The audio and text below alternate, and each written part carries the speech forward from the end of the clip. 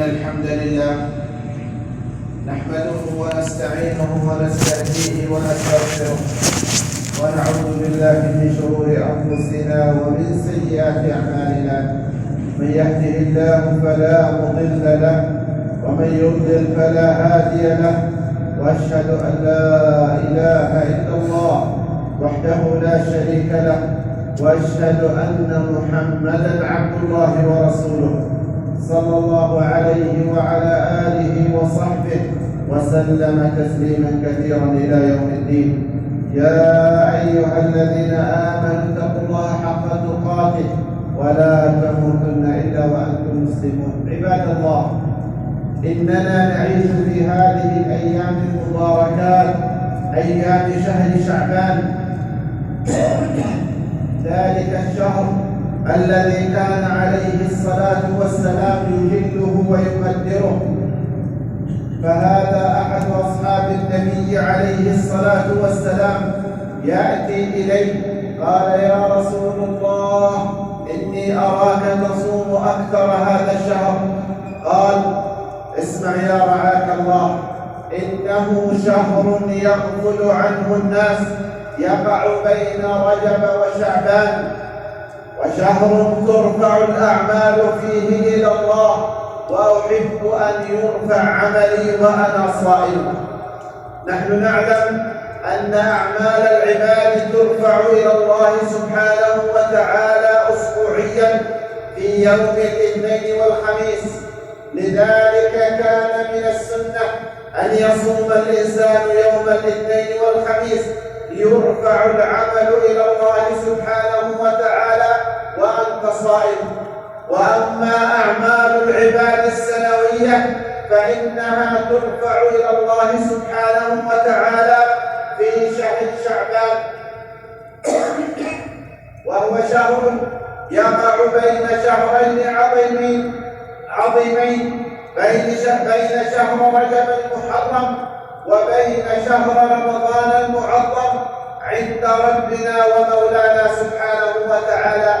وقوله صلى الله عليه وسلم: يغفل عنه الناس، أي يغفلون عن العبادة فيه والتزود فيه من الطاعات والقربة إلى الله رب البريات. فقال عليه الصلاة والسلام: أحب أن يرفع عملي وأنا صائم. عباد الله، شهر شعبان هو شهر القراء كما يسميه كثير من علماء السلف، لأنه إذا دخل عليهم شعبان أكبوا على كتاب الله عز وجل قراءة وتلاوة ومراجعة الحفظ. فأسأل نفسي وأسألك أيها المبارك، اسأل نفسك: هل صمت شيئا من شعبان قربة لله سبحانه وتعالى؟ وخاصة أنه شهر حث النبي عليه الصلاة والسلام على صيام أكثره، وخاصة ونحن في أيام الجو فيها جميل وليس هنالك من حرارة تزداد، بل والنهار قصير. ثم أسأل نفسي وإياك: هل أكبرنا على كتاب الله عز وجل قراءة وتلاوة؟ الآن أصبح القرآن في الجوال، وأصبحنا نأتي إلى بيوتنا وفيها من المصاحف شيئا كثيرا، ولكن مما يحزننا أننا نرى أن الغبار قد تراكم على تلك المصاحف ولا يفتحها بعضنا إلا في رمضان، ثم يغلقه ولا يأتي ولا يقرأه، نسأل الله السلامة والعافية. أين أنت ممن كان له وردا يومي لا يستطيع أن يتجاوزه ولا يستطيع أن يترك شهرا كاملا يختم فيه؟ هذا أقل القليل، والآخرون كل 5 أيام هنالك ختمة، كل 10 أيام هنالك ختمة. وأقسم ولا أحلف أننا لو نقرأ في كتاب الله عز وجل مثل ما نقرأ في الجوال لختمنا كل 3 أيام. الآن نجلس على الجوالات بالساعات الطوال، ساعة، ساعتين، 3، نستيقظ من النوم نفتح الجوال، نذهب إلى العمل في السيارة الجوال، في العمل الجوال، حتى أن البعض في بيت الله عز وجل يرسل ويستقبل وهو في بيت الله سبحانه وتعالى. فيا عباد الله، إنه سارق الأوقات مضيع الحسنات مؤت بالسيئات إلا لمن رحم الله عز وجل إنه الجوال. فأكبوا عباد الله على كتاب الله عز وجل وابتعدوا عن كل ما يبعدكم عن طاعة مولاكم سبحانه وتعالى، وأكثروا من الصيام في هذا الشهر المبارك. البعض لا يعرف الصيام إلا في رمضان، ولا يتقرب إلى الله إلا في رمضان. يا أحبة، صيام يوم واحد، نافلة يوم واحد، يباعد الله عز وجل به بينك وبين النار 70 خريفا، أي 70 سنة. لماذا الأيام النوافل أصبح لا يصومها إلا كبار السن والبعض منهم؟ وأما شبابنا ممن تمتع بالصحة والعافية فإنه هجر الصيام، هجر كتاب الله عز وجل، ضيع نفسه ولا يعلم أنه في زمن يتزود فيه من الحسنات، لأننا سنرتحل ولا نعلم متى يأكل الرحيم. والرحيم لا يختص بذلك الرجل المريض، والرحيم لا يختص بذلك الرجل الذي شابت لحيته. كل منا له أجل معلوم، وأسأل الله أن يحسن خاتمتنا وخاتمتكم، وأن يطيل أعمارنا وأعماركم على طاعته، فتقربوا إلى الله عز وجل بكل أنواع القرب، فإنه كريم جل في علاه، والكريم إذا أعطى أدهش.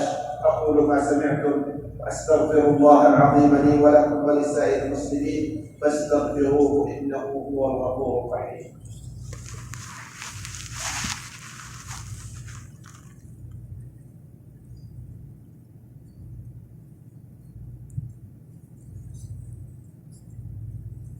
الحمد لله وكفى، وصلى الله وسلم وبارك على محمد عبده الذي اصطفى، وعلى آله ومن سار على نهجه واقتفى. أيها الأحبة، نحن قلنا أن الأعمال ترفع إلى الله عز وجل كل يوم اثنين وخميس، وترفع إلى الله عز وجل في شهر شعبان، والأعمال كلها ترفع إلى الله إلا استثنى عليه الصلاة والسلام المتخاصمان ارجوهما حتى يصطلحا. لا ترفع الأعمال إلى الله عز وجل. من كان بينه وبين أخيه، من كان بينه وبين جاره، من كان بينه وبين فلان من الناس خصومة وملاحاة، فإن أعمالهما لا ترفع إلى الله عز وجل. وليلة النصف من شعبان التي توافق في هذا الشهر يوم السبت ليلة الأحد، فالنبي عليه الصلاة والسلام أورد فيها حديثا حسنه الألباني: إن الله ليطلع إلى خلقه ليلة النصف من شعبان فيغفر، واسمع، فيغفر لجميع خلقه إلا مشرك ومشاهد. مشرك نسأل الله أن يحفظه وإياكم، فما منا من أحد يشرك بالله عز وجل. مشاحن هذا الذي يقع فيه كثير من الناس، الذي بينه وبين أخيه عداوة، بينه وبين جاره عداوة، بينه وبين فلان من الناس عداوة، فإن الله عز وجل ينجيهما حتى يصطلحا، حتى يعفو هذا عن هذا. الله سبحانه وتعالى أمر أبو بكر رضي الله عنه وأرضاه عندما قطع ذلك المال الذي كان يعطيه لمصلح على لسان رسوله صلى الله عليه وسلم بقوله: وليعفوا وليصفحوا ألا تحبون أن يغفر الله لكم؟ ألا تحبون أن يغفر الله لكم؟ فمعنى ذلك أن مجازات العفو والصفح والمسامحة يقابلها ألا تحبون أن يغفر الله لكم؟ قال أبو بكر: بلى والله، بلى والله، بلى والله. نعم، فأعاد ما كان يعطي مصلح ليغفر الله سبحانه وتعالى له جل في علاه. فنحن ألا نحب أن يغفر الله لنا؟ أيها المبارك، أيها الحبيب، إما أنك تعيش في الدنيا ومستريح أو مستراح منك عندما ترتحل. إما أن تكون مستريحا ويستريح لك الناس ويقولون اللهم اغفر له، اللهم ارحمه إذا ارتحل، وإلا يقول الحمد لله الذي خلصنا من شره. فكم هنالك من أناس شر في هذه الدنيا ولا حول ولا قوة إلا بالله. سليم لساني، شر على جيرانه، شر على إخوانه، شر على بني عمومته، شر على قبيلته، شر على أولئك الذين من جنسيته أو من دولته.